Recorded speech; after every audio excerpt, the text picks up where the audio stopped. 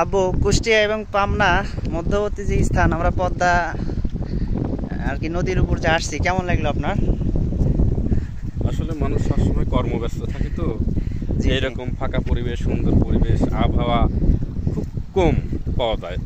তাই ছুটির কিছু মুহূর্তে মানুষ সুযোগ করে যদি এইসব জায়গায় আসে তাহলে ভালো লাগে।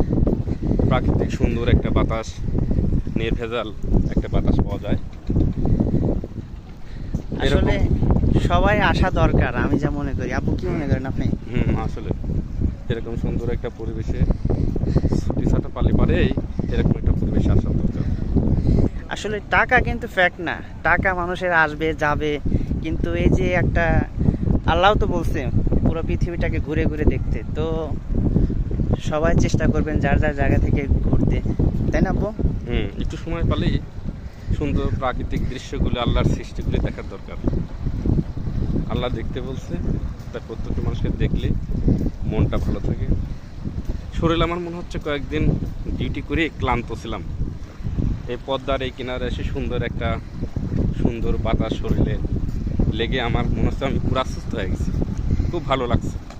এখানে আসলে অনেক কিছু দেখতে পাবেন, এই যে বড় বড় সেলন নৌকা, বালি, আসলে অনেক সুন্দর একটি জায়গা।